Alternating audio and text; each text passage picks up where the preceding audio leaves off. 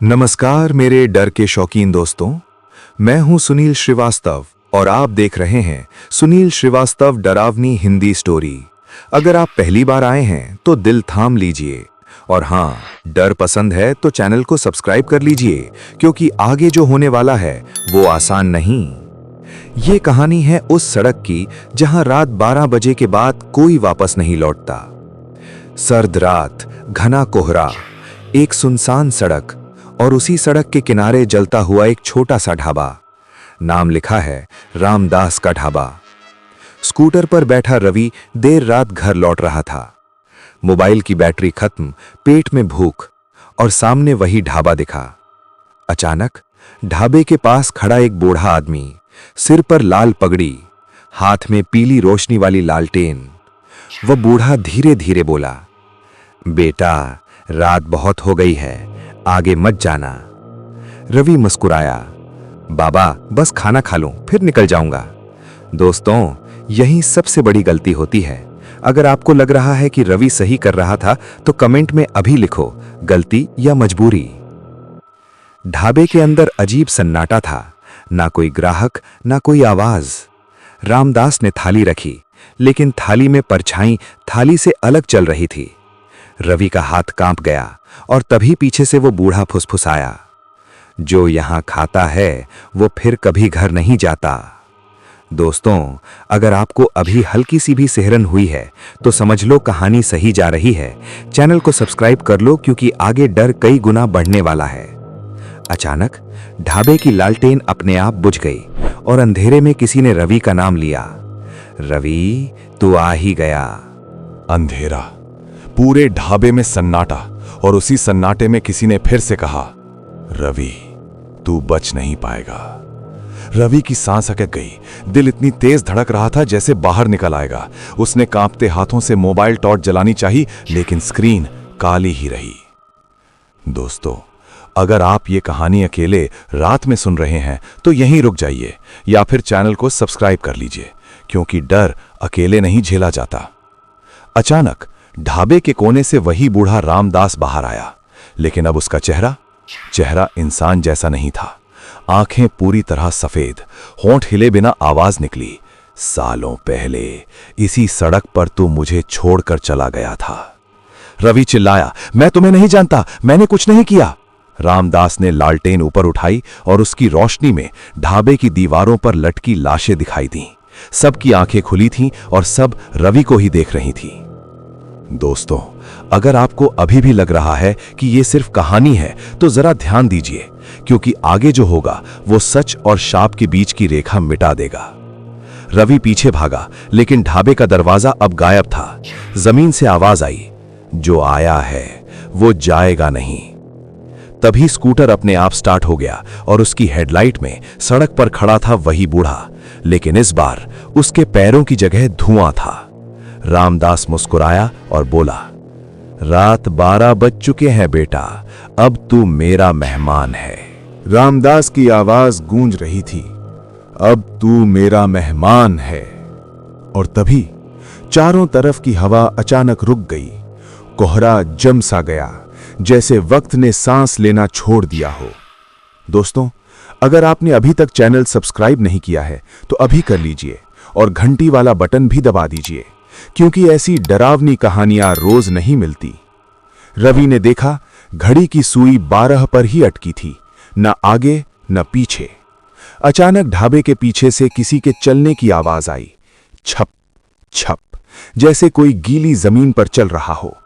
रवि ने पलट कर देखा, वहां एक औरत खड़ी थी, सफेद साड़ी, बाल चेहरे पर और पैरों की जगह कुछ भी नहीं था। उसने धीमी आवाज में कहा, रामदास, इसे भी वही सजा देनी है। रामदास हंसा, लेकिन उसकी हंसी में इंसानियत नहीं थी।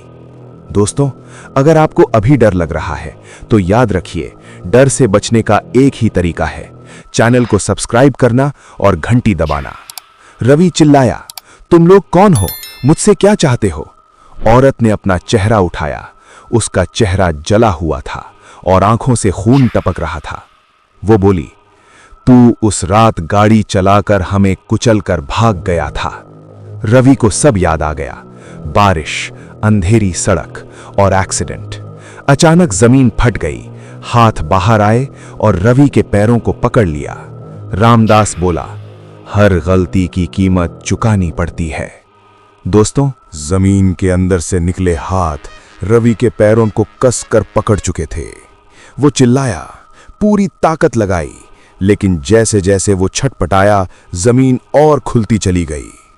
दोस्तों, अगर आपने अभी तक चैनल सब्सक्राइब नहीं किया है तो अभी कर लीजिए और घंटी वाला बटन दबा दीजिए, क्योंकि आगे जो होने वाला है वो दिल कमजोर वालों के बस का नहीं।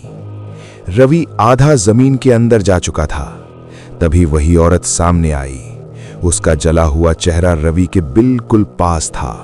वो फुसफुसाई, हम मरे और तू जिंदा रहा, अब बराबरी होगी। रामदास ने लालटेन जमीन पर रख दी। लालटेन की रोशनी में रवि ने देखा, ढाबा, सड़क, पेड़, सब कुछ धीरे धीरे गायब हो रहा था।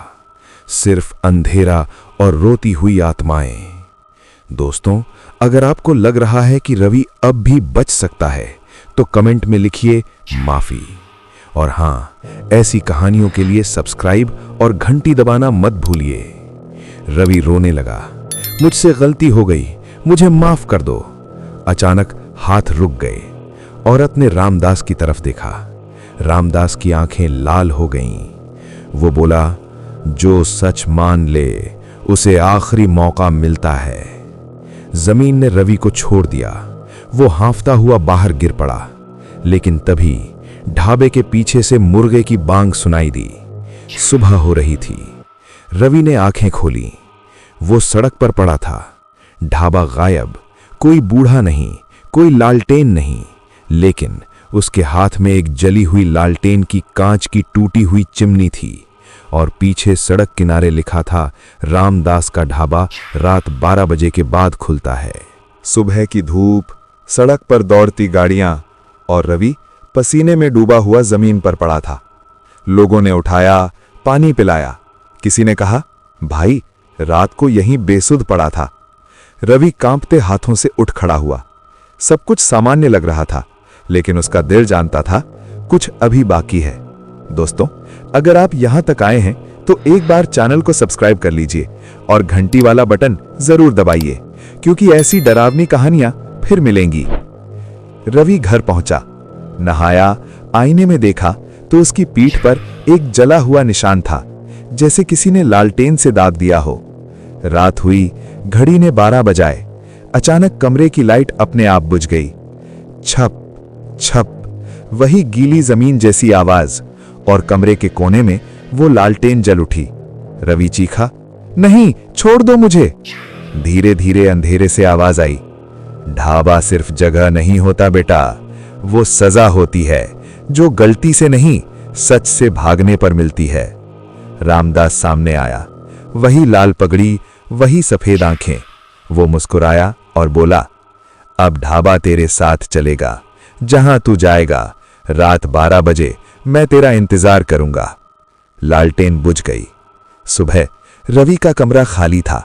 दरवाजा खुला था और जमीन पर सिर्फ एक बोर्ड पड़ा था, रामदास का ढाबा रात 12 बजे के बाद खुलता है। दोस्तों, अगर कभी आप सुनसान सड़क पर रात के 12 बजे किसी ढाबे की लालटेन जलती देखें तो रुकिए मत, क्योंकि हो सकता है रामदास आपका इंतजार कर रहा हो। समाप्त।